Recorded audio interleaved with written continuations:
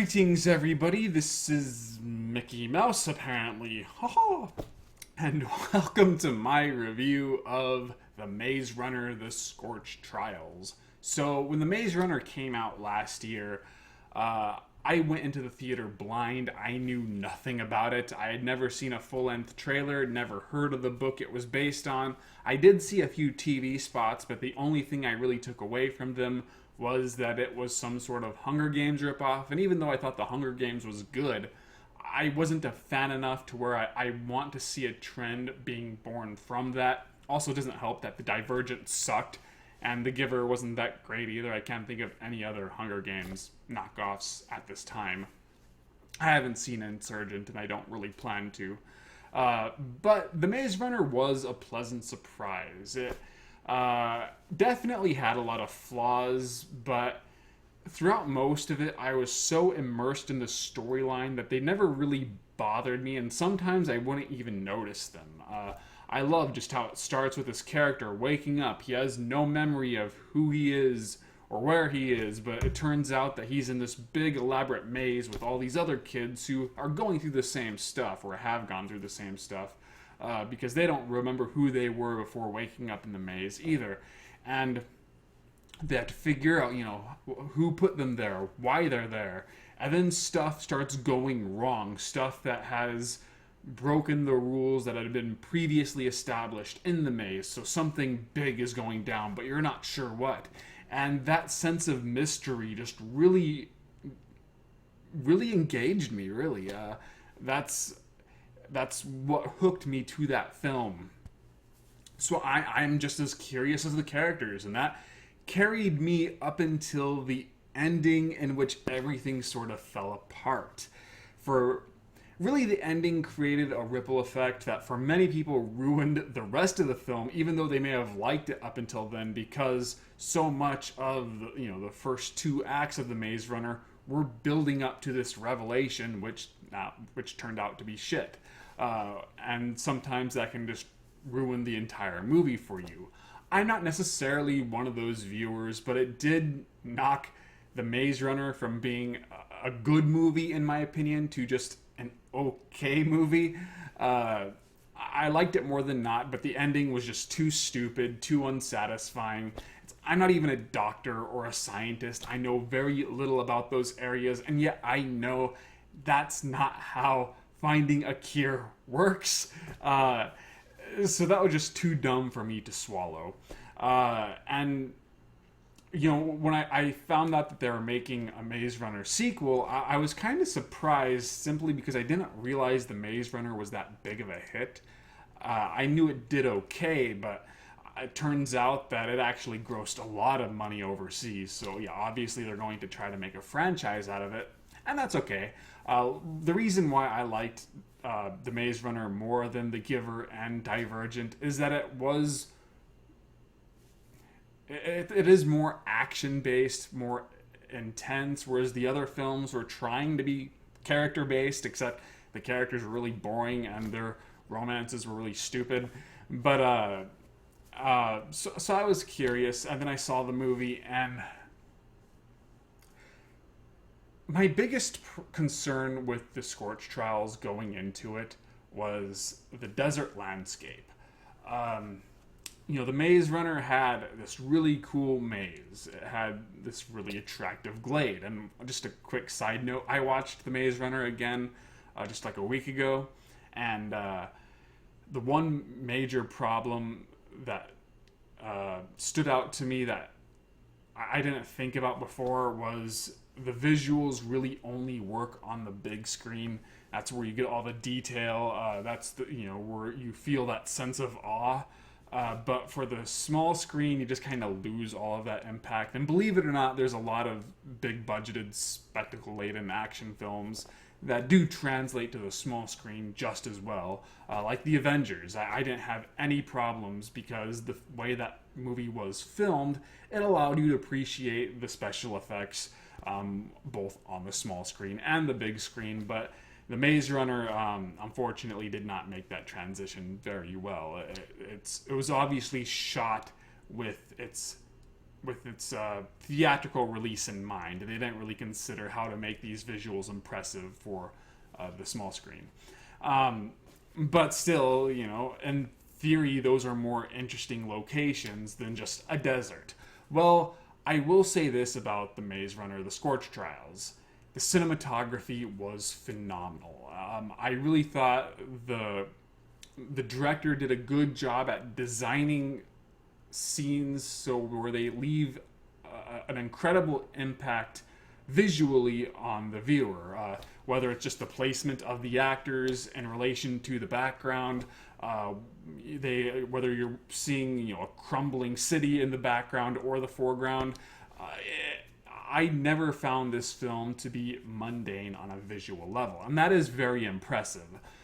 You could also tell that the production values are a lot bigger. I believe the Maze Runner was kind of modestly budgeted, but I don't know how much this sequel cost, but it looks spectacular.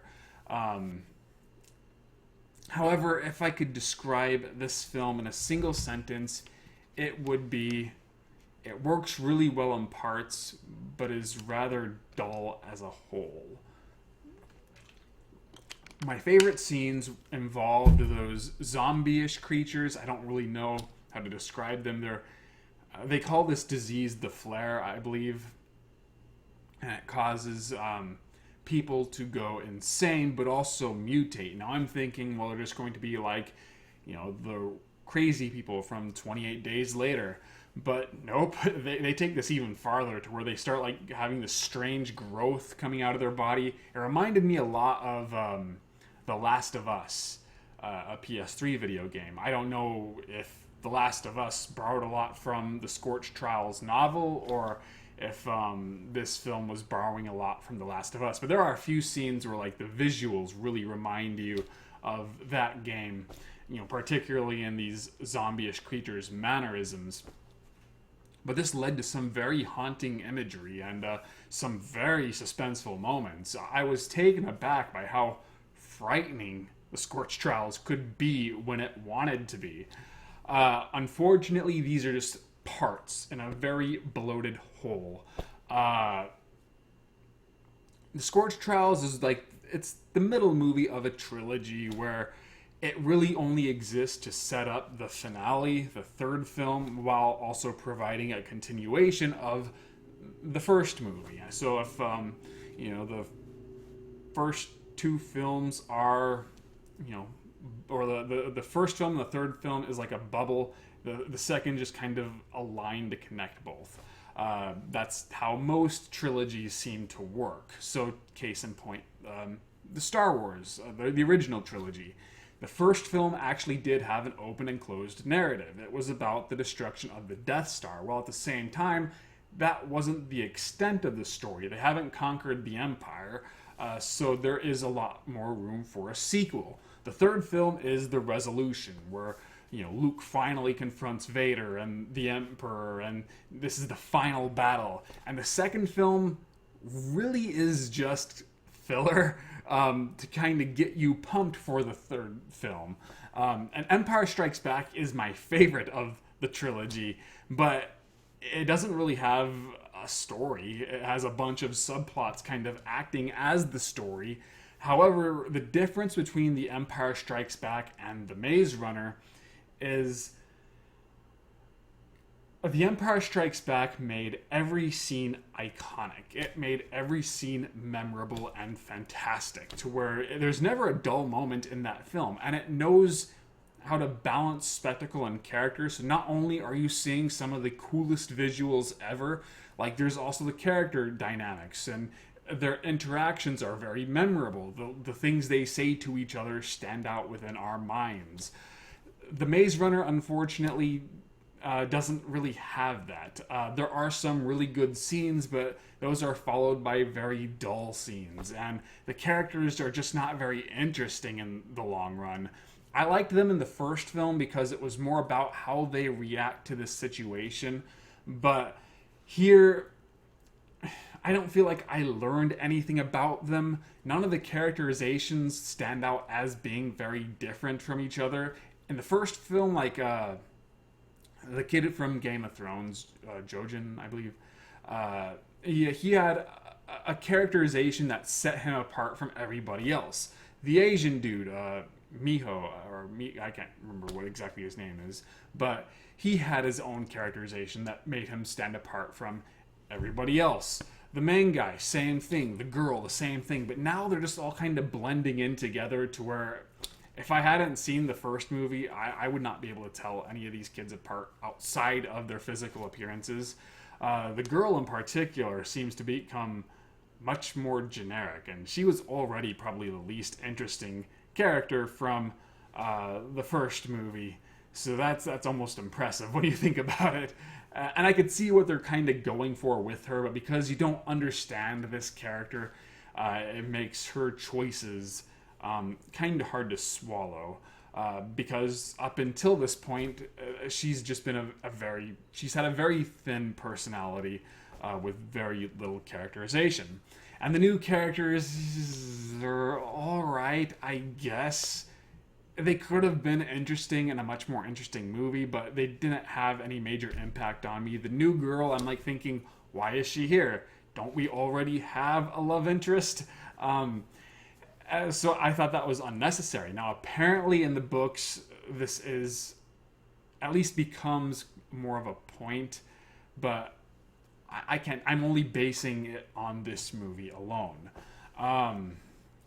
Another Game of Thrones cast member, Littlefinger, he's the main antagonist, and I'm not sure, but I suspect, just based on this movie, that his character was probably either not in the novels or had a much smaller role in the novels, just because he seems like he's only there so there is an antagonist whom we are constantly facing.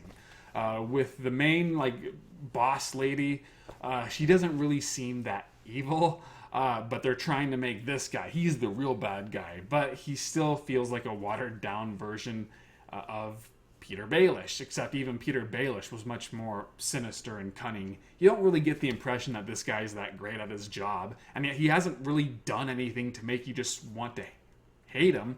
Yeah, he seems like a smug jerk, and he's involved in some very bad stuff, but wicked, and I think it's stupid that they call themselves that. They seem to have decent intentions, even though they're definitely doing bad things to get there. So it just kind of cuts him off at the legs. So you can't really hate him, but you don't like him either. He's just kind of a bland bad guy.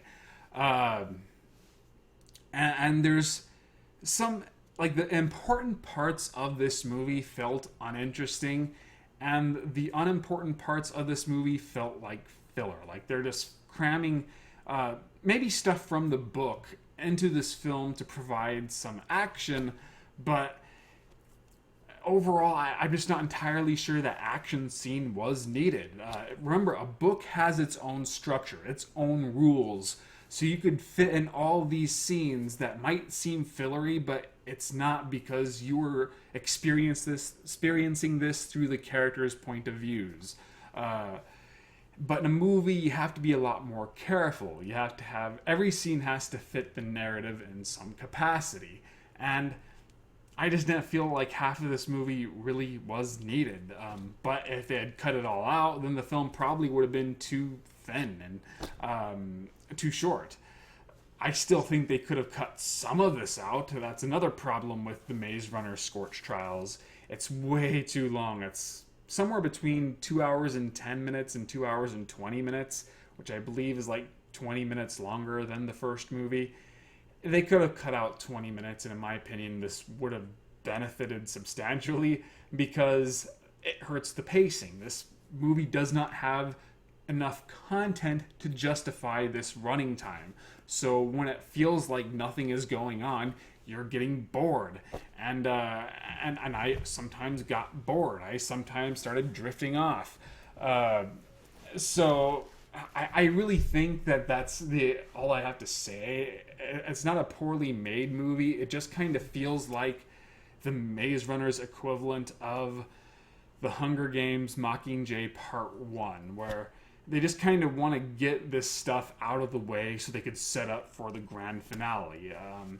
but unfortunately the content they're showing us right now, it might be important for the third film, but it's not very gratifying for the movie you're watching right now. So am I excited to see the third film? Not really. If they canceled it, I'd be like, okay, it's too bad. But I mean, if they make it, I'll be like, okay, I'll probably see it. But I'm unenthusiastic either way. At least with the Hunger Games, I'm kind of curious as to what they're going to do for their grand finale. But I'm not. I'm indifferent to the Maze Runner, which is a shame because it started off relatively strong. But this isn't a bad film by any stretch of the imagination. It's just not that great. If you liked the first film, I'd recommend watching it, but on the small screen. I don't know if the visuals would translate very well, but I don't think it's really good enough to go to the theaters to see. But if you could see it in another way, or you're not paying for it, yeah, be my guest. It's really not that bad. It's an acceptable, but I don't even know if I want to say acceptable, but it's a tolerable sequel, but unremarkable for the most part, even though the good scenes are really good. So I did not do a written review of this, but I have done a written review of The Brood, a David Cronenberg movie, so read that. My next movie review will be of House of Traps. I plan on reviewing the latest WWE wrestling pay-per-view, Night of Champions, and follow me on Facebook and Twitter, and I'll start back on critiquing the critics when I can lose the gloves fully. They're getting better. I still feel it, but they don't look as bad